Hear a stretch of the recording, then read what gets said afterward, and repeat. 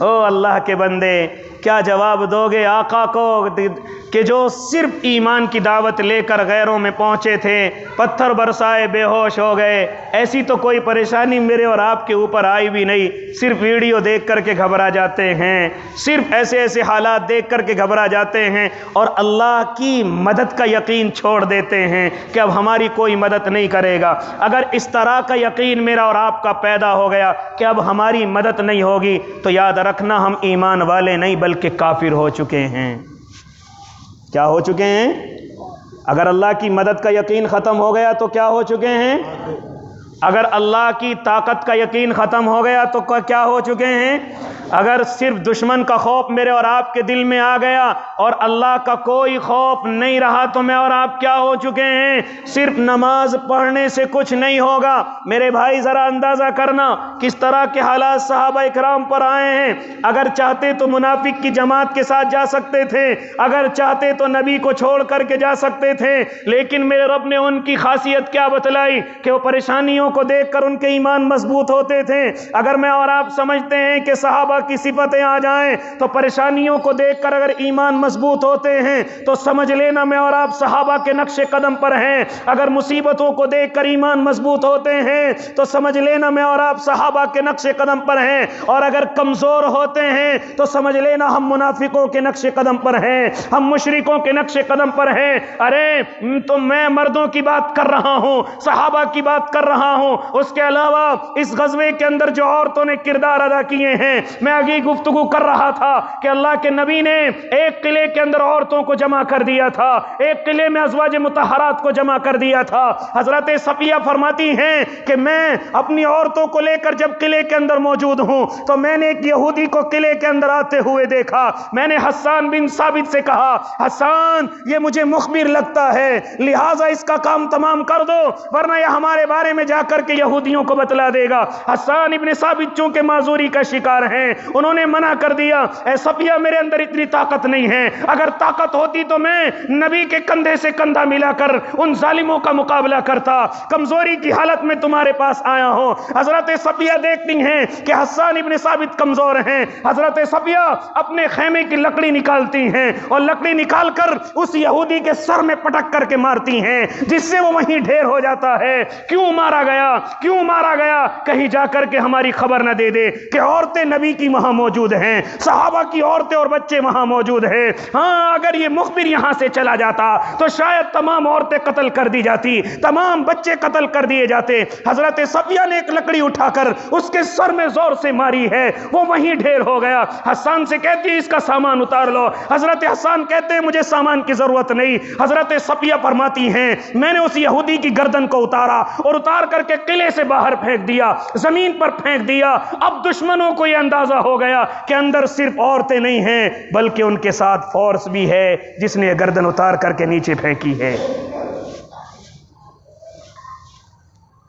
میں اور آپ صحابہ کی بات کرتے ہیں، ان کی تو عورتیں بھی، ان کی تو مصیبتیں دیکھ کر کے وہ عورتیں بھی ان کے ایمان مضبوط ہوتے تھے۔ اس لیے مخبری کا میرے اور آپ کے اسلام میں کوئی تصور نہیں ہے۔ میرے بھائی کبھی کبھی میں اس پر گفتگو کرتا ہوں تو بہت سارے لوگوں کو باتیں کڑوی لگ جاتی ہیں۔ او اللہ کے بندو، اپنے لوگوں کی مخبری کرنے سے توبہ کر لو، اس دنیا میں بچ جاؤ گے، قیامت میں اللہ چھوڑنے والا نہیں ہے۔ اس دنیا میں چھپ سکتے ہو کہ فون کر دیتا ہوں، پتہ ہی نہیں لگتا کہاں فون کر دیا، چپ چاپ فون کر دیتا ہوں، کوئی دیکھنے والا بھی نہیں ہے، 1500 شام تک گھر آ جاتے ہیں۔ اللہ سب کچھ دیکھ رہا ہے، اللہ سب کچھ دیکھ رہا ہے۔ اس لیے میرے بھائی عورتوں کی بات کیا، مردوں کی بات کیا، یہاں تک کہ تمام کے تمام صحابہ گھیر لیے گئے۔ اب میں یہاں سے اور آگے کی طرف گفتگو بڑھانے کی کوشش کر رہا ہوں۔ چنانچہ جب خندقیں کھدی ہوئی ہیں اور تیروں سے اور کمانوں سے کوئی ہو نہیں رہا ہے اور پتھر برس رہے ہیں لیکن کسی صحابی کے شہید ہونے کی خبر نہیں ہے، اب کفار یہ تیر برساتے ہوئے بھی تھک گئے۔ اب ان میں کئی سردار نکل کر کے آتے ہیں، جس میں ایک عمر ابن ود ہے اور دوسرا نوفل بن عبداللہ ہے۔ یہ کون لوگ ہیں؟ انہوں نے دیکھا کہ ایک طرف سے خندق ذرا تھوڑی کھدی ہوئی ہے، انہوں نے اپنے گھوڑے کو ایڑ لگائی اور خندق کے پار کود گئے۔ چنانچہ اس میں ایک عمر ابن ود ہے۔ یہ کون ہے؟ یہ وہ ہے جو بدر میں زخم کھا کر کے مکہ المکرمہ پہنچا ہے۔ اس کی عمر 90 سال کی ہو چکی ہے۔ اس نے اعلان لگا کر کے کہا میں خندق عبور کر کے آ چکا ہوں، ہے کوئی میرا مقابلہ کرنے والا؟ ہے کوئی میرا مقابلہ کرنے والا؟ چنانچہ حضرت علی رضی اللہ تعالیٰ عنہ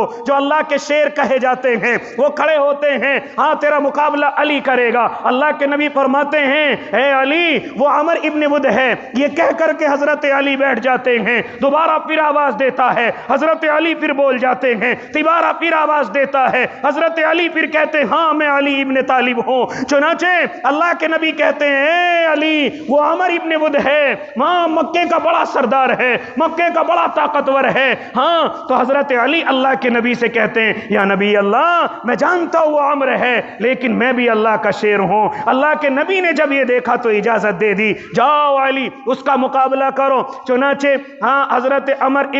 حضرت علی رضی اللہ تعالیٰ عنہ عمر ابن ود کے سامنے جاتے ہیں۔ چنانچہ اس کے بارے میں یہ مشہور ہے کہ جب کوئی اس کے مقابلے میں جاتا ہے اور اس سے 3 درخواست کرتا ہے تو وہ ایک درخواست اپنے مقابل کی قبول کر لیتا ہے۔ حضرت علی فرمانے لگے اے عمر میں نے سنا ہے کہ تو 3 درخواستیں اپنے مقابل کی قبول کر لیتا ہے، ان میں سے ایک قبول کر لیتا ہے۔ کہا ہاں علی تو نے ٹھیک سنا ہے۔ کہا بتا تیری درخواست کیا ہے؟ حضرت علی فرماتے ہیں عمر تیری عمر 90 سال ہو چکی ہے، ایمان کے اندر داخل ہو جا۔ پہلی درخواست یہ ہے کہ تو ایمان کے اندر آ جا۔ عمر مسکراتا ہے اور کہتا ہے علی یہ نہیں ہو سکتا۔ چنانچہ دوسری درخواست یہ ہے علی واپس چلا جا، عمر واپس چلا جا۔ کہا کہ ایسا نہیں ہو سکتا۔ پھر تیسری درخواست علی کی یہ ہے علی سے مقابلہ کر لے۔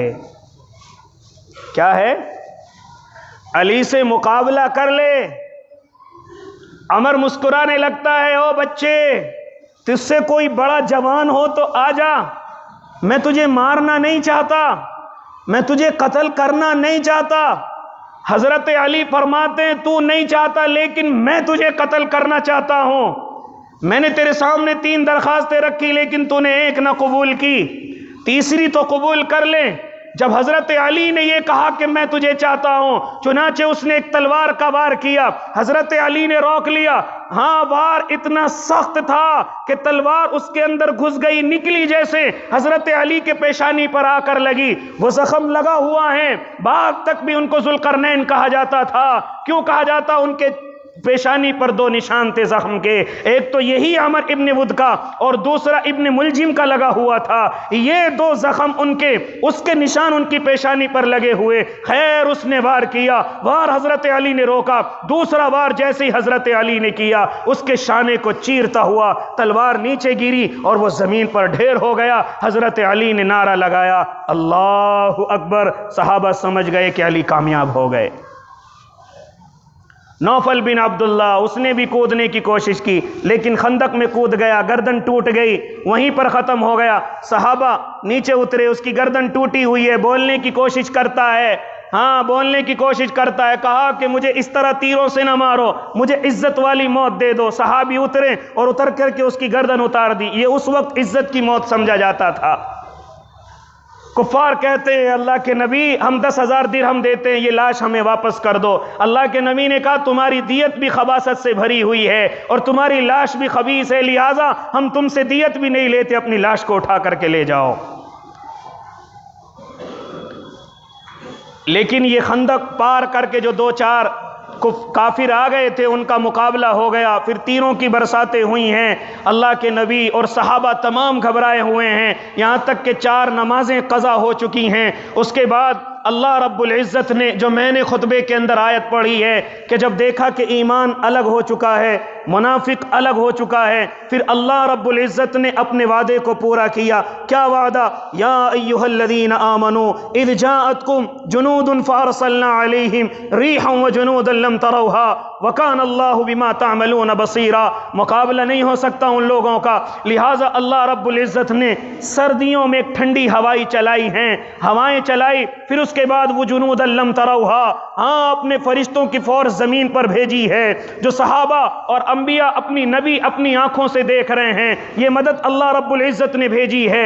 ادھر ایسی ہوا چلی ابو سفیان کے لشکر میں، ہاں خیمے اڑ گئے، ان کی ہانڈیاں جو چولہوں پر کھانے کے لیے رکھی ہوئی تھی وہ بھی اڑل اڑل کر کے زمین پر گر گئی، یہاں تک کہ تمام کفار اس ہوا کو دیکھ کر گھبرا گئے۔ اللہ کے نبی نے فوراً موقع کو غنیمت سمجھا اور حضرت حذیفہ ابن الیمان کو اپنے پاس بلایا اور حذیفہ سے کہا، حذیفہ جاؤ اور کفار کے لشکر میں جا کر کے معلوم کر کھاؤ حالات کیسے ہیں، لیکن کوئی نئی بات جا کر کے نہ کرنا، چپ چاپ خبر لے کر کے واپس آ جانا۔ حضرت حذیفہ کچھ گھبرائے ہوئے ہیں، اللہ کے نبی مجھے کہاں بھیج رہے ہیں، لیکن جیسے اللہ کے نبی نے کہا کہ اللہ تمہاری اوپر سے بھی اور نیچے سے چاروں طرف سے تمہاری حفاظت کرے گا، جاؤ جلد خبر لے کر کے آؤ۔ حضرت حذیفہ کہتے ہیں جب میں نے یہ دعا سنی تو میرے دل سے بالکل خوف نکل گیا اور میں اپنا بھیس بدل کر کے ہاں ان کفار کی جماعت میں پہنچا۔ میں پہنچا ابو سفیان کے پاس، کیونکہ ہوا اتنی سخت چل رہی تھی، کسی کو اپنے علاوہ کچھ دھیان نہیں تھا، سب ڈرے اور خوف میں تھے۔ رات کی اندھیری تھی، کیونکہ سردیوں کی رات ہاں کچھ اندھیری زیادہ ہوتی ہے، لہٰذا وہ اس کے اندر پہنچے۔ جا کر کے دیکھا کہ ابو سفیان اپنے ساتھیوں سے کہہ رہا ہے وہ جلدی سے لشکر تیار کرو، جلدی سے یہاں واپس ہونے کی تیاری کرو، لہٰذا ہم اب مقابلہ نہیں کر سکتے، ہمارے پاس کھانے کے لیے بھی نہیں ہے، ہمارے پاس ہوا اتنی تیز چل چکی ہے کہ ہم مقابلہ نہیں کر سکتے۔ حضرت حذیفہ اللہ کے نبی کی خدمت میں پہنچتے ہیں اور جا کر کے ساری خبر سناتے ہیں۔ اللہ کے نبی ابو سفیان جانے کی تیاری کر رہا ہے، چنانچہ اللہ کے نبی سجدے میں گئے اور اللہ رب العزت کی جیسی مدد پہنچی، اللہ کا شکریہ ادا کیا، کفار وہاں سے لوٹ چکے تھے۔ حالانکہ اس غزوے میں نہ زیادہ کفار قتل ہوئے اور نہ صحابہ زیادہ شہید ہوئے، صرف 6 صحابی شہید ہوئے، ان میں حضرت سعد ابن معاذ بھی ہیں۔ حضرت سعد ابن معاذ وقت ہوتا تو شاید میں آپ کو بتلاتا، خیر بہرحال ابھی بنو قریظہ جنہوں نے اللہ کے نبی کے ساتھ غداری کی ہے ان کا فیصلہ بھی ابھی آنا باقی ہے، چونکہ باہر کے لوگ تو ڈر کر کے ہواؤں سے فرشتوں سے گھبرا کر کے جا چکے ہیں، اب اندر کا جو دشمن ہے اس کا فیصلہ ہونا بھی باقی ہے۔ اللہ مجھے بھی اور آپ کو بھی عمل کی توفیق دے دے۔ جنہوں نے سنتیں نہیں پڑھی وہ سنتیں پڑھ لیں۔ وآخر دعواہم ان الحمدللہ۔